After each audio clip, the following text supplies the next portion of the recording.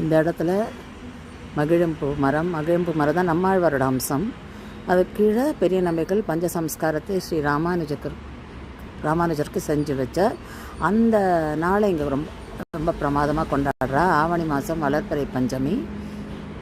அந்த நாளை ஆண்டுதோறும் ஸ்ரீ மதுராந்தகம் ஏரிக்காத்தராமர் கோவிலில் சிறப்பாக கொண்டாடின்றிருக்கா. அதாவது ராமானுஜர் பெரிய நம்பிகளை தேடி ஸ்ரீரங்கம் போயிட்டுருக்கார். அதே சமயம் ஸ்ரீ ராமானுஜரை தேடி காஞ்சிபுரம் வந்துட்டுருக்கார் பெரிய நம்பிகள். இவா 2 பேரும் இந்த இடத்துல தான் மீட் பண்ணிக்கிறா. இங்கே கருணாகர பெருமாள், அதாவது ராமராலே ஆராதனை பண்ணப்பட்ட பெருமாள் இருக்கார். அந்த சன்னதியில் ஒருத்தர் மீட் பண்ணிக்கிறார். அப்போது ராமானுஜர் அவரை கேட்குற பெரிய நம்பிக்கிட்ட, நீங்கள் தான் என்னோடய ஆச்சாரியன், எனக்கு பஞ்சசம்ஸ்காரம் பண்ணி வைங்கோ அப்படின்னு. ஸோ இந்த இடத்துல பஞ்சசம்ஸ்காரம்னா என்ன அப்படின்னு சொல்லியிருக்கு. அது 5 விதமான ஸ்ரீ வைஷ்ணவ சடங்குகள்.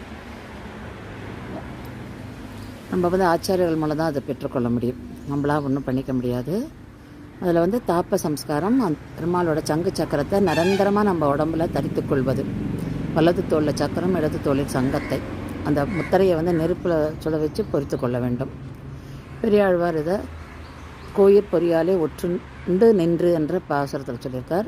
அடுத்தது புன்ற சம்ஸ்காரம், நெற்றியில் மட்டுமே, அதை தவிர உடம்பில் 12 இடங்களில் திருமண் காப்பு தரித்தல். ஸோ அந்த 12 திருநாமங்களை தரிக்கும் பொழுது அதை நம்மாழ்வார் திருவாய்மொழியில் கேசவன் தமர் என்று தொடங்கும் 12 பாசுரங்களை பாடியிருக்கார். அடுத்தது நாம சம்ஸ்காரம்.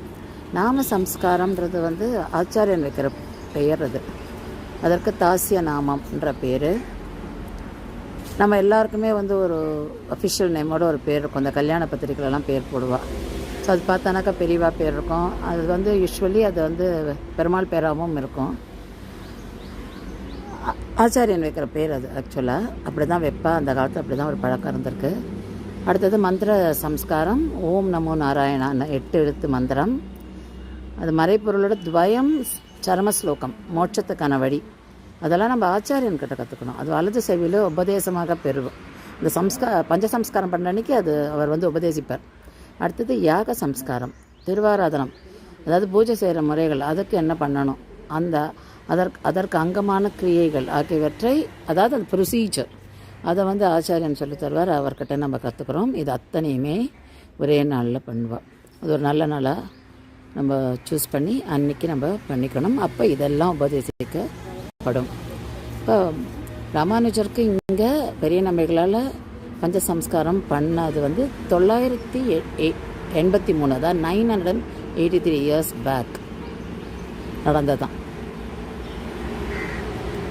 ஸோ அந்த மாதிரி அப்படி ஒரு சிறப்பு மிக்க ஒரு இடத்துல நம்ம நின்றுருக்கோம். ஸோ இதுதான் அந்த வியூ, மகிழம்பரம். அந்த இடத்துல பஞ்சசம்ஸ்காரம் பண்ண இடம். ஒரு தாப சம்ஸ்காரம், புண்ட சம்ஸ்காரம், நாம சம்ஸ்காரம், மந்திர சம்ஸ்காரம், யாக சம்ஸ்காரம்.